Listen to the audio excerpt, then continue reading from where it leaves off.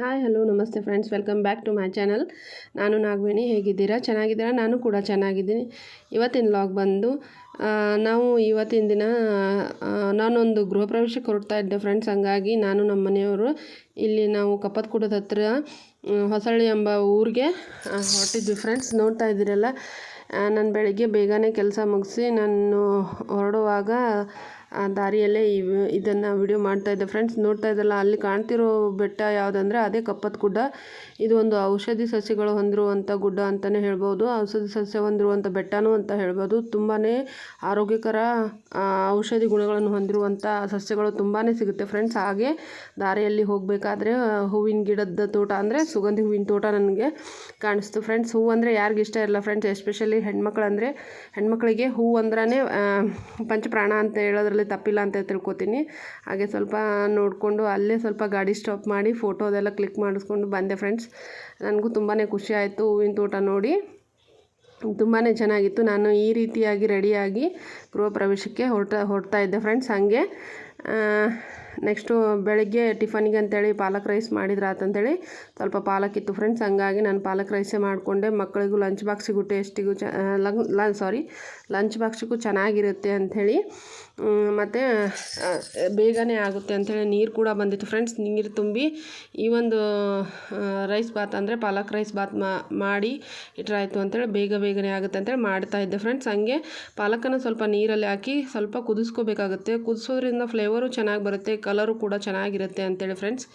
ಈ ರೀತಿ ಕುದ್ದಿದ್ದಾದಮೇಲೆ ಮಿಕ್ಸಿಗೆ ಹಾಕ್ಕೋಬೇಕಾಗುತ್ತೆ. ಸ್ವಲ್ಪ ಮಸಾಲೆ ರುಬ್ಕೋಬೇಕಾಗುತ್ತೆ ಫ್ರೆಂಡ್ಸ್. ಯಾವುದು ಅಂತ ಹೇಳ್ತೀನಿ. ಈಗ ಬೆಂದಿರುವಂಥ ಪಾಲಕನ್ನು ಮಿಕ್ಸಿ ಜಾರ್ಗೆ ಹಾಕ್ಕೊಂಡಿದ್ದೀನಿ. ಹಾಗೆ ಸ್ವಲ್ಪ ಕೊತ್ತಂಬರಿ ಸೊಪ್ಪು ಹಾಕ್ಕೋತಾ ಇದ್ದೀನಿ. ಪುದೀನ ಇದ್ದರೂ ಹಾಕ್ಕೋಬೋದು, ನನ್ನ ಕಡೆ ಪುದೀನ ಇರಲಿಲ್ಲ, ನಾನು ಸ್ವಲ್ಪ ಕೊತ್ತಂಬರಿ ಹಾಕ್ತಾಯಿದ್ದೀನಿ. ಸ್ವಲ್ಪ ಅಲ್ಲ, ಹಸಿ ಶುಂಠಿ, ಹಾಗೆ ಬೆಳ್ಳುಳ್ಳಿನೂ ಕೂಡ ಹಾಕ್ತಾಯಿದ್ದೀನಿ. ಮತ್ತು ಖಾರಕ್ಕೆ 4ರಿಂದ 3 ಮೆಣಸಿನ್ಕಾಯಿ ಹಾಕ್ತಾಯಿದ್ದೀನಿ ಫ್ರೆಂಡ್ಸ್. ನಾನು ನಿಮಗೆ ಖಾರ ಹೆಚ್ಚಿಗೆ ಬೇಕಂದ್ರೆ ಹಾಕ್ಕೋಬೋದು. ಇದನ್ನು ನೈಸಾಗಿ ರುಬ್ಕೊಂಬರ್ಬೇಕಾಗುತ್ತೆ. ಮಸಾಲೆ ರೆಡಿ ಆಗುತ್ತೆ ಫ್ರೆಂಡ್ಸ್. ಇನ್ನೂ ನನ್ನ ಚಾನಲನ್ನು ಯಾರ್ಯಾರು ಸಬ್ಸ್ಕ್ರೈಬ್ ಮಾಡದೆ ನೋಡ್ತಾ ಇರೋರು ಪ್ಲೀಸ್ ಸಬ್ಸ್ಕ್ರೈಬ್ ಮಾಡ್ಕೊಳ್ಳಿ, ಸಪೋರ್ಟ್ ಮಾಡಿ ಅಂತ ಕೇಳ್ಕೊತಾ ಇದ್ದೀನಿ ಫ್ರೆಂಡ್ಸ್. ನೋಡ್ತಾ ಇದ್ದೀರಲ್ಲ, ಈಗ ಗ್ಯಾಸನ್ನು ಆನ್ ಮಾಡಿಕೊಂಡು ಕುಕ್ಕರ್ ಇಟ್ಕೋತಾ ಇದ್ದೀನಿ. ಸ್ವಲ್ಪ ಎಣ್ಣೆ ಹಾಕ್ಕೊಂಡು ಈ ಥರ ತರಕಾರಿ ಎಲ್ಲ ಇತ್ತು ಫ್ರೆಂಡ್ಸ್. ಮನೆಯಲ್ಲಿರುವ ತರಕಾರಿಯನ್ನು ಬಳಸ್ಕೊಂಡು ಈ ರೈಸ್ ಬಾತನ್ನು ಮಾಡ್ತಾಯಿದ್ದೀನಿ. ಈಗ ನಾನು ಈರುಳ್ಳಿ ಹೂವು ಬಳಸೋದ್ರಿಂದ ತುಂಬಾ ಒಳ್ಳೆಯ ಒಂದು ಆರೋಗ್ಯಕರ ಒಂದು ಸೊಪ್ಪು ಅಂತ ಹೇಳ್ಬೋದು ಫ್ರೆಂಡ್ಸ್ ಅದು. ಹಂಗಾಗಿ ನಾವು ಈರುಳ್ಳಿ ಹೂವನ್ನೇ ಬಳಸ್ತಾ ಇರ್ತೀನಿ ಆವಾಗವಾಗ. ತುಂಬಾ ಚೆನ್ನಾಗಿರುತ್ತೆ, ನೀವು ಕೂಡ ಬಳಸಿ ಅಂತ ಹೇಳೋದಕ್ಕೆ ಇಷ್ಟಪಡ್ತೀನಿ. ಮತ್ತು ಈಗ ಒಗ್ಗರಣೆಗೆ ಸಾಸಿವೆ ಹಾಕ್ಕೊಂಡಾಯಿತು. ಸ್ವಲ್ಪ ಚಕ್ಕೆ ಹಾಕ್ಕೋತಾ ಇದ್ದೀನಿ ಫ್ರೆಂಡ್ಸ್. ನಾನಿಲ್ಲಿ ಅಲ್ಲ ಬೆಳ್ಳುಳ್ಳಿ ಪೇಸ್ಟ್ ಅಥವಾ ಜಿಂಜರ್ ಗಾರ್ಲಿಕ್ ಪೇಸ್ಟನ್ನು ಬಳಸ್ತಾ ಇಲ್ಲ, ಯಾಕಂದರೆ ಮೊದಲಿಗೆ ನಾನು ಅಲ್ಲೇ ಮಸಾಲೆ ಎಲ್ಲ ರುಬ್ಕೊಂಡಿದ್ದೀನಿ ಫ್ರೆಂಡ್ಸ್. ಹಂಗಾಗಿ ನಾನು ಏನೂ ಹಾಕ್ತಾಯಿಲ್ಲ. ಈಗ ಈರುಳ್ಳಿ ಕೂಡ ಹಾಕ್ಕೋತಾ ಇದ್ದೀನಿ. ಈರುಳ್ಳಿ ಚೆನ್ನಾಗಿ ಬಾಡಿದಾದಮೇಲೆ ಸ್ವಲ್ಪ ಕರಿಬೇವಿನ ಸೊಪ್ಪು ಹಾಕ್ಕೋತಾ ಇದ್ದೀನಿ ಫ್ರೆಂಡ್ಸ್. ಆಲೂಗಡ್ಡೆ,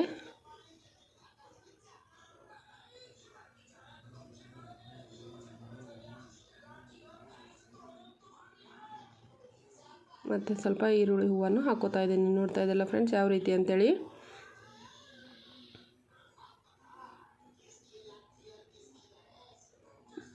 ದಿನಾನೂ ಅದೇ ಉಪ್ಪಿಟ್ಟು ಹಾಗೆ ಅವಲಕ್ಕಿ ಮತ್ತು ಒಗ್ಗರಣೆ ಅದೆಲ್ಲ ಮಾಡ್ಕೊಳ್ಳೋದ್ರಿಂದ ಬೇಜಾರಾದಲ್ಲಿ ಈ ಒಂದು ರೈಸ್ ಬಾತನ್ನು ಬೆಳಗ್ಗೆ ಟಿಫನಿಗೆ ಮಾಡ್ಕೋಬೋದು, ಮಧ್ಯಾಹ್ನ ಲಂಚಿಗೂ ಮಾಡ್ಕೋಬೋದು ಅಂತ ಹೇಳ್ತಾ ಇದ್ದೀನಿ ಫ್ರೆಂಡ್ಸ್. ಚೆನ್ನಾಗಿರುತ್ತೆ, ಈಸಿಯಾಗಿಯೂ ಬೇಗನೆ ಮಾಡ್ಬೋದು. ಮನೆಗೆ ಗೆಸ್ಟ್ಗಳು ಬಂದರೂ ಸ್ವಲ್ಪ ಪಾಲಕ್ ಸೊಪ್ಪಿದ್ದರೆ ಸಾಕು. ಯಾವ ತರಕಾರಿ ನಮ್ಮ ಮನೇಲಿ ಯಾವ್ಯಾವ ತರಕಾರಿ ಇದೆ ಅದನ್ನ ಹಾಕ್ಕೊಂಡು ಮಾಡ್ಕೋಬೋದು ಫ್ರೆಂಡ್ಸ್. ಸ್ವಲ್ಪ ಅಂದರೆ ಸ್ವಲ್ಪ ಬೆನೆಯೋದಕ್ಕೆ ಬಿಟ್ಟಾದಮೇಲೆ ನೆಕ್ಸ್ಟು ರುಬ್ಬಿಟ್ಕೊಂಡಿರೋಂಥ ಮಸಾಲೆನ ಹಾಕ್ಕೋತಾ ಇದ್ದೀನಿ.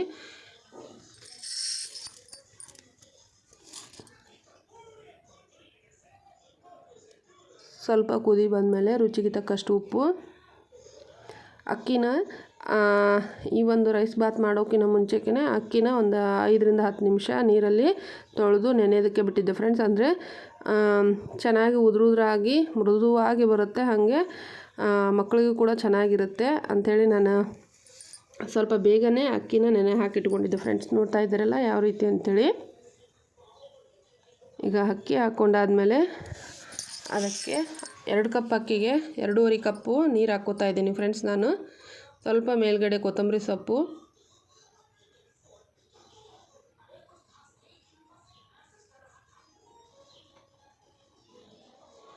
ಸ್ವಲ್ಪ ಕುದಿ ಬಂದಮೇಲೆ ಕಸೂರಿ ಮೆಂತ್ಯ ಹಾಕ್ಕೋಬೇಕು ಫ್ರೆಂಡ್ಸ್.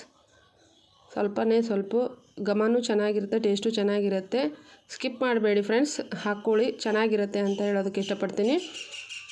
2ರಿಂದ 3 ವಿಸಲು ಬರಬೇಕು ಫ್ರೆಂಡ್ಸ್, ಅಂದರೆ ಚೆನ್ನಾಗಿ ಬಂದಿರುತ್ತೆ ರೈಸ್ ಬಾತು. ಈ ಒಂದು ವಿಡಿಯೋ ಇಷ್ಟ ಆದಲ್ಲಿ ಲೈಕ್ ಮಾಡಿ, ಶೇರ್ ಮಾಡಿ, ಪ್ಲೀಸ್ ಸಬ್ಸ್ಕ್ರೈಬ್ ಮಾಡ್ಕೊಳ್ಳಿ ಅಂತ ಹೇಳ್ತಾ, ಈಗ ಪಾಲಕ್ ಬಾತ್ ರೆಡಿಯಾಗಿದೆ ಫ್ರೆಂಡ್ಸ್. ನೋಡ್ತಾ ಇದ್ದೀರಲ್ಲ ಯಾವ ರೀತಿ ಅಂಥೇಳಿ, ತುಂಬಾ ಚೆನ್ನಾಗಿ ಬಂದಿತ್ತು. ಅನ್ನದ ಅಗಳು ಕೂಡ ತುಂಬಾ ಮೃದುವಾಗಿತ್ತು ಫ್ರೆಂಡ್ಸ್. ನೋಡ್ತಾ ಇದ್ದೀರಲ್ಲ ಯಾವ ರೀತಿ ಅಂಥೇಳಿ ತೋರಿಸ್ತೀನಿ ನೋಡಿ ಫ್ರೆಂಡ್ಸ್. ಈಗ ಸರ್ವಿಂಗ್ ಪ್ಲೇಟಿಗೆ ಹಾಕ್ಕೊಂಡಾಯಿತು. ಒಂದು 4 ಗೋಡಂಬಿನ ಫ್ರೈ ಮಾಡಿಕೊಂಡು ಈ ರೀತಿ ಡೆಕೋರೇಷನ್ ಕೂಡ ಮಾಡ್ಕೊಂಡಿದ್ದೆ ಫ್ರೆಂಡ್ಸ್. ಟೇಸ್ಟು ಕೂಡ ಅಷ್ಟೇ ಚೆನ್ನಾಗಿತ್ತು, ನೀವು ಟ್ರೈ ಮಾಡಿ ಅಂತ ಹೇಳ್ತಾ ಇದ್ದೀನಿ. ಮತ್ತು ಇದೆಲ್ಲ ಟಿಫನ್ ಮಾಡಿ ರೆಡಿಯಾಗಿ ಹೋಗ್ತಾಯಿದ್ದೆ ಫ್ರೆಂಡ್ಸ್. ಗೃಹ ಪ್ರವೇಶದಲ್ಲಿ ಏನೇನಿತ್ತು ಪೂಜೆ ಅಂತ ತೋರಿಸ್ತೀನಿ. ನೋಡ್ತಾ ಇದ್ರಲ್ಲ, ಇದು ನವಗ್ರಹ ಪೂಜೆ ಫ್ರೆಂಡ್ಸ್. ಇದು ನಮ್ಮ ಕಾಕನ ನಮಗೆ ಅತ್ತೆ ಆಗಬೇಕು ಫ್ರೆಂಡ್ಸ್. ಹಂಗಾಗಿ ಅವ್ರ ಅಕ್ಕನ ಮನೆ ಫ್ರೆಂಡ್ಸ್. ಇದು ಹಳ್ಳಿಯಲ್ಲಿತ್ತು. ಈಗ ಈ ಕಡೆ ಪಾರ್ವತಿ ಪರಮೇಶ್ವರಂದು ಪೂಜೆ ಆಗಿತ್ತು. ಮತ್ತು ದೇವ್ರ ಮನೆಯಲ್ಲಿ ಲಕ್ಷ್ಮೀ ಪೂಜೆ ಕೂಡ ಮಾಡಿದ್ರು. ಲಕ್ಷ್ಮೀ ಕಂಬ ಕೂಡ ಇತ್ತು ಫ್ರೆಂಡ್ಸ್. ಮತ್ತು ಈ ಕಡೆ ಬೀಸು ಕಲ್ಲು ಮತ್ತು ಒಲೆ ಈ ರೀತಿ ಎಲ್ಲ ಮಾಡಿದರು ಫ್ರೆಂಡ್ಸ್. ನೋಡ್ತಾ ಇದ್ದೀರಲ್ಲ ಯಾವ ರೀತಿ ಮನೆ ಇದೆ ಅಂಥೇಳಿ. ಬರೋದಕ್ಕೆ ಸಾಯಂಕಾಲನೇ ಆಯಿತು ಫ್ರೆಂಡ್ಸ್. ಇವಾಗೆಲ್ಲ ಬೆಳೆ ತೆಗ್ದಿರ್ತಾರೆ. ಈಗ ಕಡ್ಲಿ ಜೋಳ ಎಲ್ಲ ಬಂದಿರುತ್ತೆ. 4:15 ಆಗಿತ್ತು ಫ್ರೆಂಡ್ಸ್. ಈ ಒಂದು ವಿಡಿಯೋ ನಿಮಗೆ ಇಷ್ಟ ಆಗಿದೆ ಅಂತ ತಿಳ್ಕೊತಾ ಇದ್ದೀನಿ. ನನ್ನ ವಿಡಿಯೋಕ್ಕೆ ಸಪೋರ್ಟ್ ಮಾಡಿ, ನನ್ನ ವಿಡಿಯೋನ ನೋಡ್ತಾ ಇರಿ ಅಂತ ಹೇಳ್ತಾ ಇವತ್ತಿನ ಲಾಗನ್ನು ಇಲ್ಲಿ ಮುಗಿಸ್ತಾ ಇದ್ದೀನಿ. Thanks for watching.